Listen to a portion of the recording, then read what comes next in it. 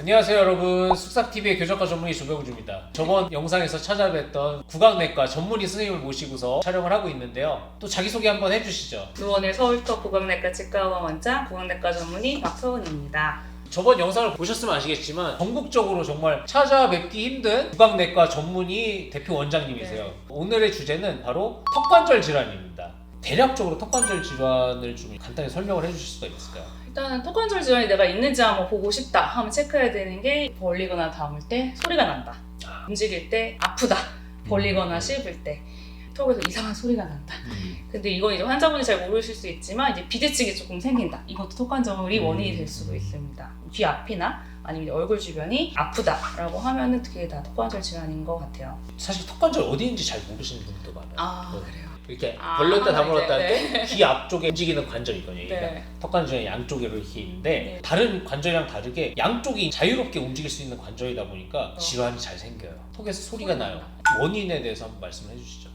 턱관절 질환도 원인이 굉장히 많아요. 결론적으로 저는 이렇게 이해하는 게 가지고 있을 때 턱관절 능력보다 많이 쓰면 문제가 됩니다. 결국은 내가 이갈이가 있다거나 집중하거나 스트레스 받을 때 이를 좀 까무는 습관이 있으시거나 질긴 음식을 너무 좋아한다거나 한쪽을 많이 사용해서 씹는 습관이 있으시거나 기본적으로 저작근의 긴장감이 좀 높으신 분들은 결국은 턱관절이 올 가능성이 크시고 어떤 분들은 타고나기를 좀 약하게 태어난 분도 사실 있어요. 대부분 아랫돌이 좀 작으신 분들 그런 분들은 어떻게 보면 좀 불리한 조건을 갖고 있는 거고 드물지만 류마티스 질환을 갖고 있는 분들이 그 턱관절 이완도 같이 되는 경우도 있어요. 그 전신적인 질환의 원인도 있고요. 교합이 조금 안 좋으신 분들도 턱관절 유병률이 조금 높은 것 같아요. 단 하나만 이루어지는 것도 아니고 날씨가 추우면 또 여러 가지 일들이 있어요. 맞아요. 그래서 그럼 뭐 겨울 되면 막 환자분이 네, 저희 겨울 성수기고 여름에 교수입니다. 치료 방법은 뭐 당연히 거기에 맞는 치료가 이루어져야겠지만 간단하게 좀 일단은 소리가 나든 아프든 뼈가 손상이 있든 기본적인 거는 습관 관리의 전 환자 교육이라고 표현하거든요. 내가 어떻게 생활을 해야 되고 어떤 음식을 먹어야 되고 그런 이제 환자 교육이 일단 첫 번째로 제일 중요하다고 저는 생각을 해요. 구체적으로 구체적으로 근데 기본적으로 이제 질긴 음식 안 먹는 거 제일 안 좋은 게요. 질겅질겅 씹는 거예요. 턱관절이 이런 힘은 강한데 옆으로 주는 힘은 약해요. 그래서 뭐 오징어 껌 젤리 앞으로 못 먹습니다 이렇게 말을 하고요. 그 다음에 한쪽으로 씹는 습관도 좀 버리고 내가 가만히 있을 때 이를 좀 까무는 습관이 있는 분들은 낮에는 내가 무는 느낌을 이제 깨닫는 순간부터 그때 힘 빼야지라는 그 자각을 하는 순간 좀 많이 좋아지는 분들도 있어요. 떡을 개고 있거나 엎드려 자거나 주무실 때도 어떻게 보면 똑바로 주무시는 게 제일 좋고 손톱 무는 그런 습관도 굉장히 영향이 많아서 어떤 습관을 갖고 있는 습관의 리스트를 딱 작성을 해요. 그래서 그거를 보고 이거는 안 좋으니까 고치세요 이렇게 말씀을 많이 드리죠. 두 번째로 이제 물리치료를 시행합니다. 크게는 이제 장비를 이용하는 방법이 있어서 저주파 치료, 고주파 치료, 전기 자극하는 치료가 있고요. 초음파 치료랑 아니면 레이저나 이제 적외선 치료 이런 것들이 기본적으로 들어가고요. 물리치료는 사실 자주 가질수록 효과는 좋지만 뭐 병원에 뭐 매일 가시는 게 쉬운 일은 아니기 때문에 따뜻한 찜질이 굉장히 효과가 은근 커요. 그래서 집에서 이제 찜질팩을 이용하든 수건을 따뜻하게 데워서 사용하시든 계속 좀 자주자주 찜질을 해주라고 이렇게 말씀을 드리고 그게 일단 기본 치료예요. 찜질하는 걸 보시고서 똑같이 할 수 있게 좀 설명을. 찜질은 결국은 아픈 부위에 따라 다르지만 보통은 여기 저작근 교근이 가장 많이 아프시고 아니면 요 귀 앞이 아프신 분들도 있고 소리가 나는 것도 어차피 귀 앞이기 때문에 또 수건이 이렇게 길잖아요. 물에 적시세요. 전자레인지 돌린 다음에 이렇게 대고 계셔도 되고 이 방법은 근데 급성으로 오셔서 그냥 단기간을 하시라고 말씀을 드리는데 효과가 큰 거는요. 따뜻한 거랑 습기가 같이 가해져야 돼. 그래서 습열팩 형태로 사용을 하시는데 그게 보통 환자분들이 끓이거나 아니면 이제 좀 하기 귀찮다 하시는 분들 뭐라도 따뜻한 거 대고 계시면 됩니다. 그 하루에 얼마나? 한 번 할 때 너무 길게 하면 화상 입어요. 10분에서 15분 정도 해주시면 되고요. 뼈에 손상 있는 분들이 찜질을 열심히 하시는 분들이 뼈가 안 오는 속도도 진짜 달라요. 집에서 관리해 주시는 것도 되게 도움 많이 되고 그걸로 해결이 안 되면은 이제 그다음에 약물로 저는 일단은 넘어가요. 오시면 아프다. 약은 일단 1차적으로 들어가야 돼요. 약물 치료를 하게 되면 기간을 최소한 2주 이상 맞아요.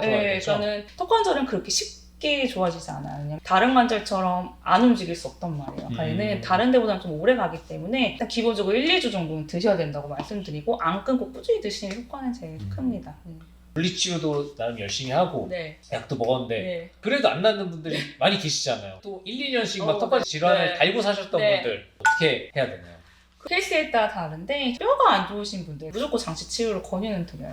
장치 치료라는 거는 입에 끼는 스프린트 장치죠. 밤마다 마우스피스처럼 끼는 장치인데 뼈가 아물어야 되는데 계속 어쨌든 힘이 많이 들어가잖아요. 그러니까 낮 시간은 내가 그냥 조심하고 밤에라도 관절이나 뼈에 들어가는 압력을 줄여주기 위해서 밤마다 끼는 장치 치료하시면 도움은 되시고 통증이 오래 갔지만 뼈는 또 괜찮으셔.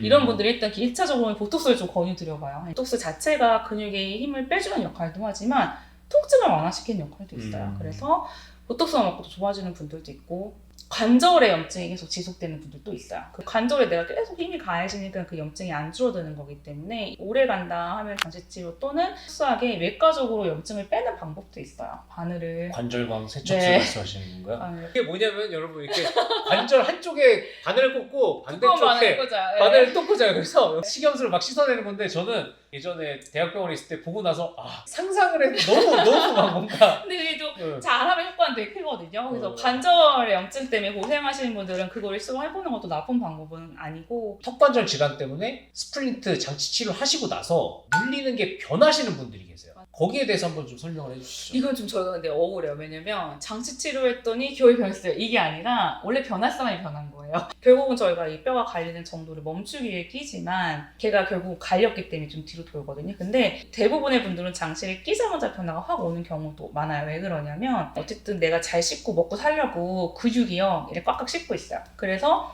내가 그 교합을 놓치지 않고 있었던 거죠. 이 뼈대로. 근데 이제 장치가 들어가면 걔가 근육의 힘을 풀어버려요. 내 원래 뼈의 교합으로 확 가버려요. 그러니까 그런 분들은 장치를 끼자마자 한두 달 안에 바로 확 오세요.